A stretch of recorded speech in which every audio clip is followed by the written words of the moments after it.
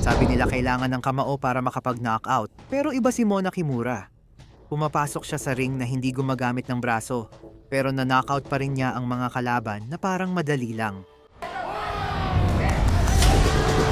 Ngayon, malalaman mo kung paano naging bangungot si Mona Kimura sa sino mang nagtatangkang hamunin siya, kahit paalang ang gamit niya. Ipinanganak si Mona Kimura noong Abril 12, 2000 at isa sa Mizuho, Ifu, Japan. Nagsimula siyang pumasok sa martial arts sa kakaibang paraan mula pagkabata. Pinipilit siya ng kanyang mga magulang na tumayo sa isang paa ng matagal na panahon. Habang ang ibang mga bata ay naglalaro ng mga laruan, ang batang Mona ay nakabuo ng pambihirang balanse at lakas sa kanyang mga binti.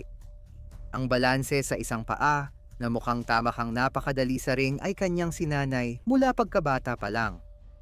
Sa edad na 4 na taon, nagsimula na siyang mag-ensayo ng karate ng opisyal, na siyang naging pundasyon ng kanyang natatanging estilo ng pakikipaglaban.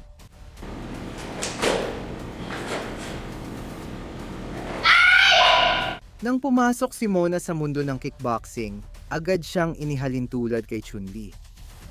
Sikat si Chun-Li sa kanyang kidlat na mga sipa, maraming mabilis na sipa habang nananatili ang perpektong balanse. Ang estilo ni Mona ay pareho lang. Napuno ang internet ng mga video, pati si 50 Cent ay nagbahagi ng isang video na nagbibiro na ang kanyang mabilis na mga sipa ay nagpapaalala sa pagpindot ng square button sa arcade.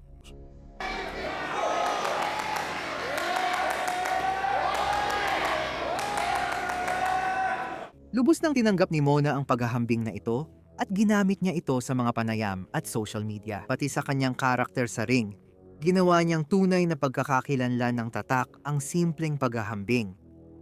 Hindi mo mahuhulaan ang mga binti niya. Kadalasang kamay ang gamit ng manlalaban, pero si Mona ay mabilis at madalas sumipa tulad ng kanyang mga suntok. Parang karugtong ng braso ang mga binti niya. 距離をじわじわと詰めながら今の空を前蹴りの後の際ですよね。当てれば十分倒せるタイミングがあるんで、さあ伸び本当に素晴らしいですこのタイミング。当てました。そして2つ Ginagamit niya ang kanyang mga binti na parang sibat. Pinananatili ang distansya at kinokontrol ang espasyo. Nakikita ng kalaban ang paparating na sipa, pero wala silang magawa.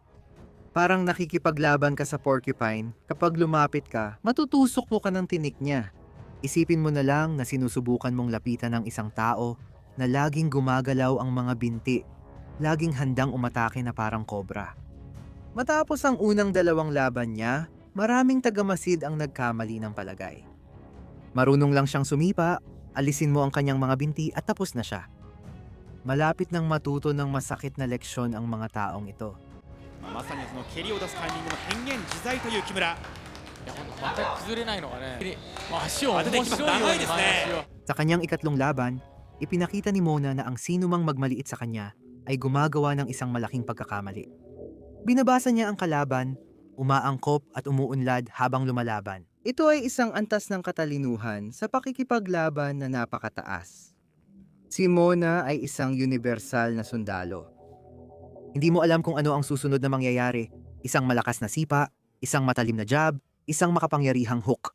Ang kawalang katiyakan ay sandata. Hindi lang karanasan ng tao niya sa pagboboxing, bahagi rin ito ng kanyang arsenal. Noong ika-16 ng Nobyembre, 2024, ang propesyonal na debut ni Mona laban kay Ayo Ogawara, isang bihasang mandirigmang Haponesa, handang subukan ang baguhang kampeyon sa boxing. Matapos ang usapan tungkol sa kanyang mga binti, sinimulan ni Mona ang laban gamit ang malinis na jab at mabilis na galaw. Nilaro agad ang isipan ng kalaban. Unang subok niya ng malakas na sipa, natumba siya sa lona nang mablock ito ni Ogawara. 木村モナがサウスポー、そして荻原愛がオーソドックス。 Pero tingnan mo ito. Tumatalon si Mona gamit ang isang paa, nang sobrang dali na parang nag-e-enjoy lang siya. Nagbubunga na ang pagsasanay niya noong bata siya. Nakatanggap siya ng konting tama dahil sa pagyayabang, pero gumanti ng solidong hook. Pinatunayan na mahusay din ang kanyang kamao bukod sa sipa. 元ボクシングっていうねそういう実績。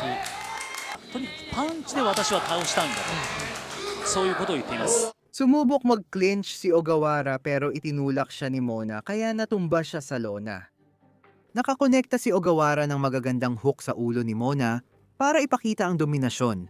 Pero matindi ang sagot ni Mona. Isang kombinasyon sa panga ang nagpadala kay Ogawara sa lona na mukhang nagulat. Mabilis siyang tumayo pero sanay nanatili na lang siya sa sahig. 激しいパンチの打ち合いをオーマインテだ。鍛えるとは思ってますね。そうインローから今右が決まっ Naamoy ni Mona ang dugo at nagpakawala ng hook. Desperadong nanatiling nakatayo si Ogawara pero tinamaan siya ng malakas na kanang hook ni Mona. Yun na yun, isang kamanghamanghang knockout. ああそうなんですか。じゃあ本当に7連覇っていう感じだったんです。印象的には、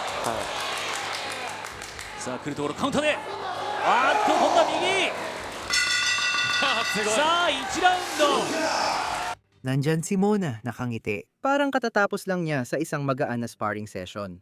May bagong lakas na dumating sa Japanese kickboxing. Laban dalawa. Eksibisyon ni Chun-Li, Enero 26, 2025. 2 buwan matapos ang debut niya, hinarap ni Mona si Yuka Namiki. Dito natin lubos na naranasan ang karanasan kay Chun-Li. Mula sa unang sandali, agad gumagalaw ang mga binti niya. May kasamang mga jab, pero kapag lumipad na ang mga binti, puro pangaasar na yon. とこかなと思ったんだけど最初まずね、もうちゃんと面白くないんだと、はいとにかくこう蹴りをうまく散らしながらがありつつボクシングでも実左当たり績ましたがある半経過しましたけれども、この木村のパンチと蹴りというのはどういうふうにご覧になってますか？ Si Mona ay nagpapakawala ng mga sipa sa katawan at ulo, pati sa iba't ibang direksyon. Gaya ng klasikong estilo ni Chun-Li, mabilis ang mga sipa na bigla na lang sumusulpot. 前蹴りの後の際ですよね、ええ着地した後とか、あと片足になってるっていうリスキーな場面では Ginagamit niya ang binti niya parang sibat, lumilikha ng di mapasok na zone. Hindi pinapayagan ng mga binti niya si Yuka na makalapit, habang ang ulo ni Mona ay parang hindi talaga maabot. Mahusay siyang maghawak ng distansya at malakas sa opensa. Kung malampasan man ng kalaban ang mga binti niya, naalala niya na isa siyang kampeon sa boxing. Nagsisimulang magliparan ang mga eksaktong kombinasyon at natututo si Yuka ng mga ito sa aktual na oras.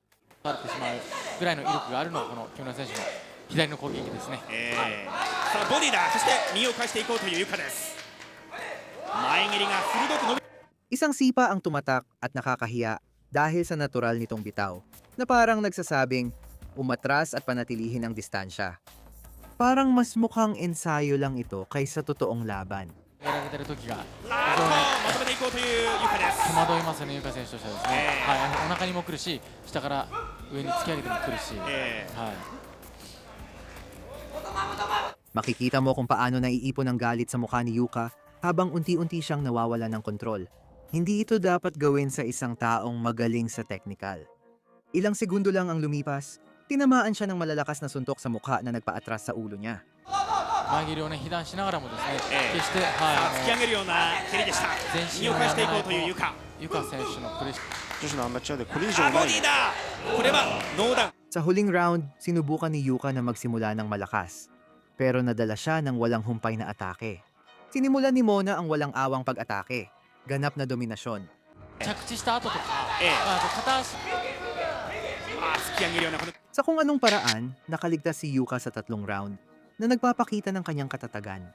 を切った後にすぐにパンチを当てれば十分倒せるタイミングがあるんで、さあ伸びてきましたがでもスペシャリストですね、本当に素晴らしいですこのタイミング。当てました。そして2つ蹴りを当てていきました。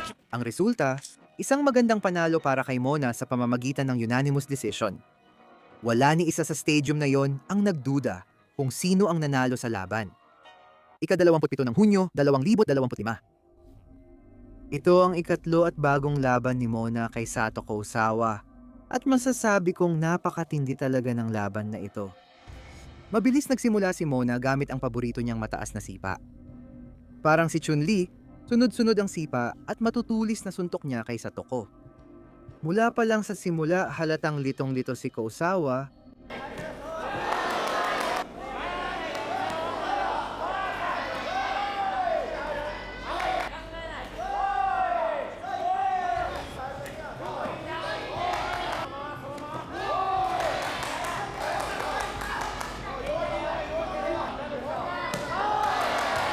Tuloy-tuloy ang bugbog at ramdam ni Mona na siya ang may-ari ng ring.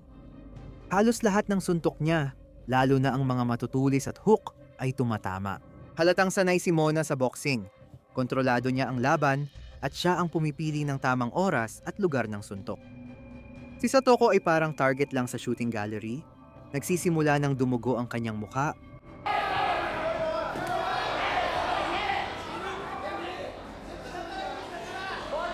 Lalo pang pinatindi ni Mona ang kanyang suntok.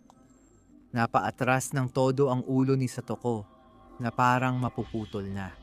Hindi lang ito panalo kundi malinaw na tagumpay.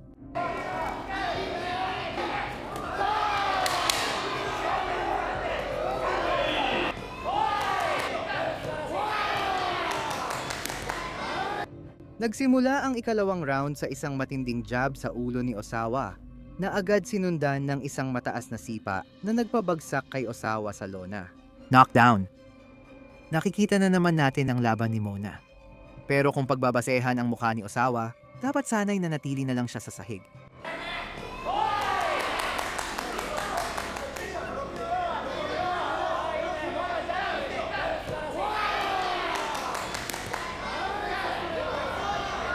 Tumigil na si Osawa sa maayos na pagtatanggol sa sarili, muli siyang bumagsak na parang dinurog na kamatis ang mukha. Dinala siya ng referee sa kanto para linisin ang mukha at suriin ang kalagayan, pero matiyaga si Osawa.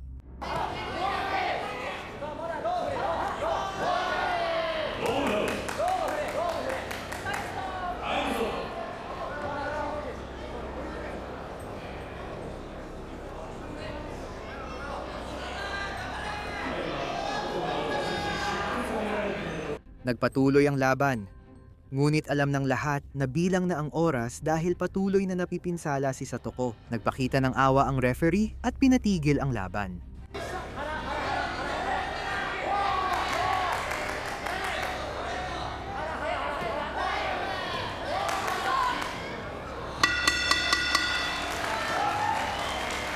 Panalo sa pamamagitan ng technical knockout para kay Mona, isang patunay kung gaano siya kataas kumpara sa kanyang mga kalaban sa kasalukuyan. Ito ang dahilan kung bakit kahanga-hanga si Mona. Sa Instagram, mapapanood mo ang mga panayam at makikita siya sa labas ng ring. Hindi mo aakalain na ang masayahin at palangiting dalagang ito ay kayang gawing duguan at wasak ang mukha ng isang tao. Kahanga-hanga ang natatangi niyang personalidad at laban.